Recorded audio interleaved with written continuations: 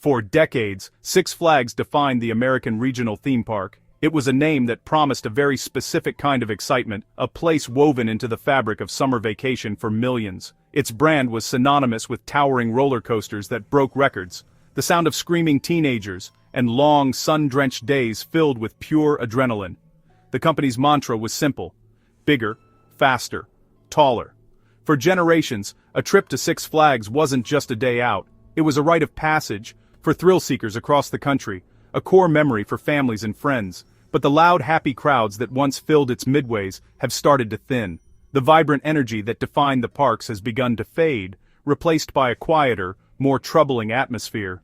Today, the company faces a cascade of challenges that threaten its very future, a perfect storm of internal missteps and external pressures. Attendance numbers have been falling dramatically. Between 2019 and 2022 alone, the company lost over 7 million visitors, a staggering decline of more than 26%. This comes amid major corporate change, including a significant merger with competitor Cedar Fair, a move intended to create a theme park powerhouse. Yet despite this consolidation, the empire of thrills is on shaky ground.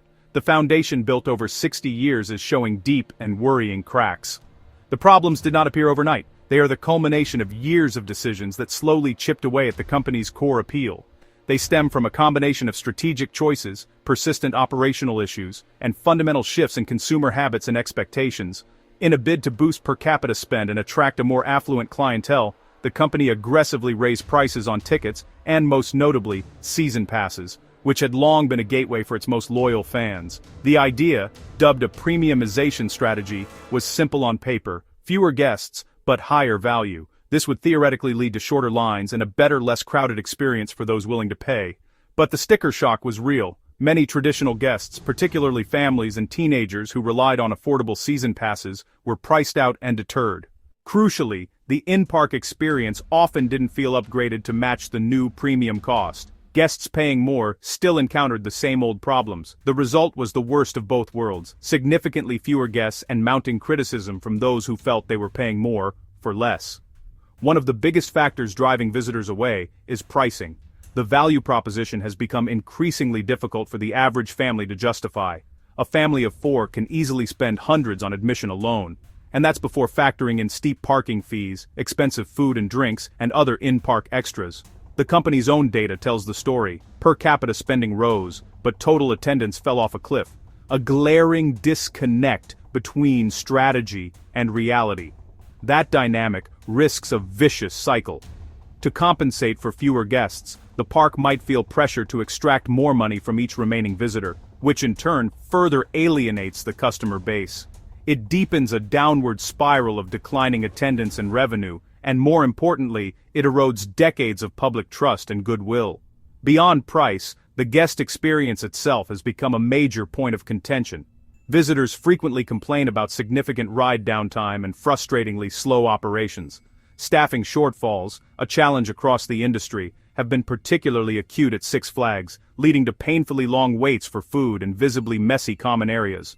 This visible wear and tear on park infrastructure breaks the immersion. Faded paint, cracked pavement, and dirty facilities hurt the perceived value, making the high-ticket price feel even more unjustified.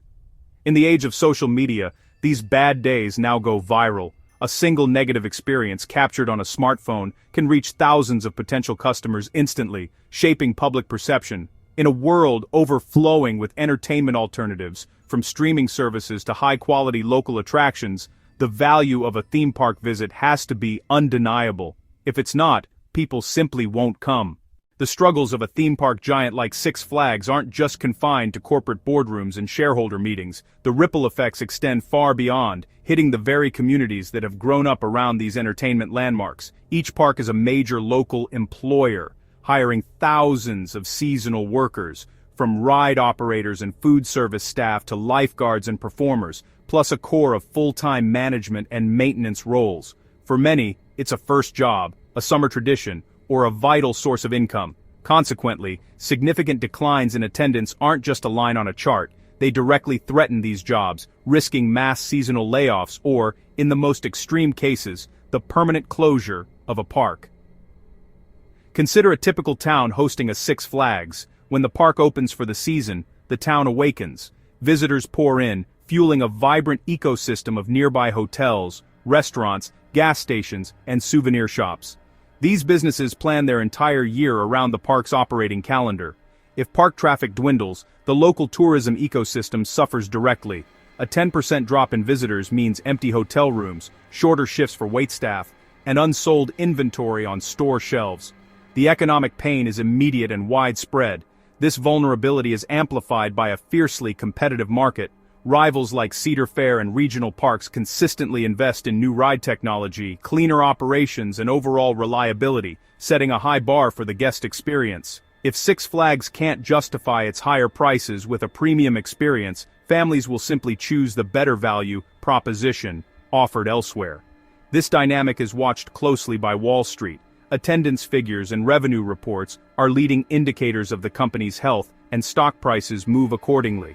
A bad quarter can trigger a sell-off. That volatility impacts more than just day traders. It affects large institutional holders and, by extension, the ordinary retirement funds that millions of people depend on. The core lesson is a fundamental principle of economics. A business must balance its price with the perceived value it delivers. When that equation is broken, demand inevitably collapses. The competition isn't just other theme parks. The quality of home entertainment has skyrocketed while remaining far cheaper than a day at the park. Vast streaming libraries on giant screens with immersive sound systems now compete directly for a family's entertainment budget and attention. Likewise, a new wave of location-based hands-on attractions, like escape rooms and VR arcades, offer experiences that are short, novel, and affordable. They are designed to deliver the kind of unique, shareable moments that today's social media-savvy audiences love. In this crowded landscape, a trip to Six Flags now competes with every other option for a person's free time, not just other roller coasters. Compounding these external pressures is a significant internal one: debt. High debt levels create constant pressure to service interest payments, often at the expense of reinvesting in the parks themselves. This means less cash remains available for the very things that drive attendance: groundbreaking new attractions, rigorous maintenance schedules, and modernizing infrastructure.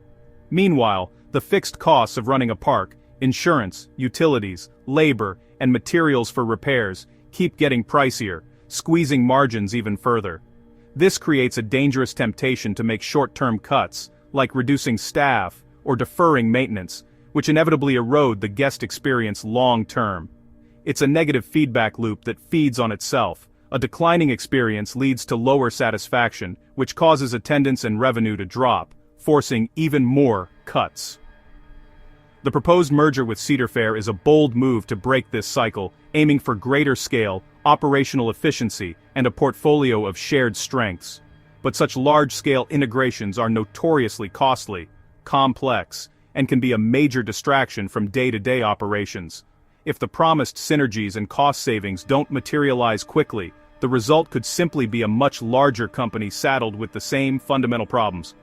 Ultimately, a focus on the merger can't be a substitute for fixing the core issues of price and experience on the ground, where guests make their decisions.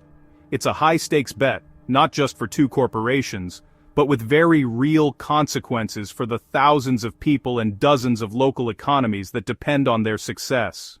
To turn around, the company must fix the core guest experience. This isn't about a single silver bullet, but a comprehensive overhaul of day-to-day operations, starting with the very attractions people come to ride. First, invest in proactive maintenance to keep rides running. This means moving beyond reactive repairs to a preventative model with dedicated overnight crews and a goal to reduce unscheduled downtime by 30% within 2 years.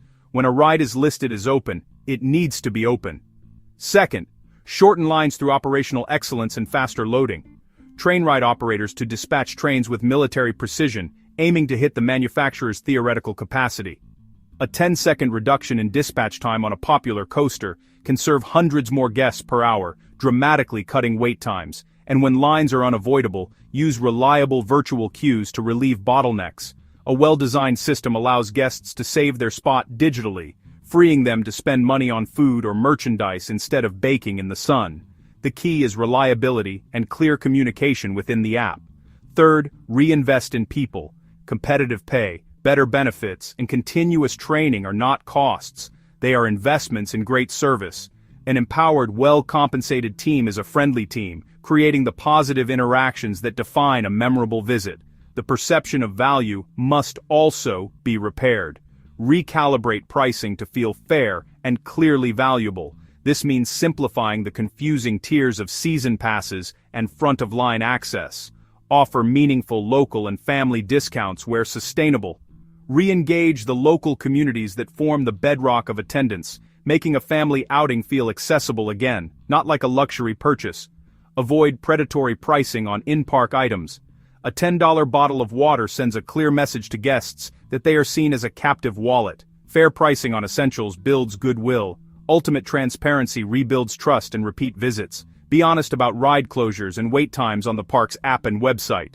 Delight people with a friction-free experience and let positive word-of-mouth work for you again. Capital investment must also be strategic. Invest smart, a mix of record-breaking thrills, compelling family attractions, and quality entertainment, but equally important are the unglamorous upgrades, fresh paint, more shade structures, and clean, plentiful seating.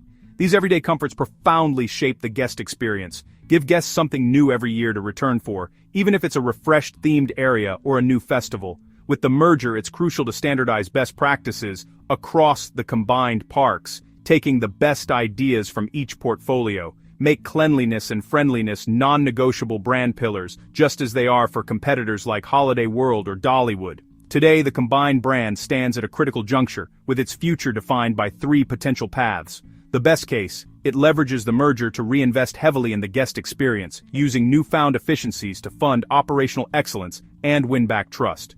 A true renaissance. The middle path, it restructures, selling weaker, underperforming parks to aggressively pay down debt. A painful but focused strategy that could strengthen the core assets at the expense of the brand's national footprint. And the worst case, a managed decline, more cuts to staffing and maintenance, less value for a higher price, and a slow fade into irrelevance as families and enthusiasts look elsewhere. Across all scenarios, one fundamental truth remains: you must put the guest first. The roller coasters themselves, no matter how tall or fast, aren't enough to save the business. From the moment a guest buys a ticket to the cleanliness of the restrooms, the entire day must feel worth the price of admission. The company must face its operational neglect and the perceived value of a day in its parks head-on, and do so immediately. No amount of financial engineering or debt restructuring can replace the genuine, tangible fixes required on the ground. Filling those coaster seats again has little to do with the steel itself, and everything to do with rebuilding trust with the people who once loved to visit.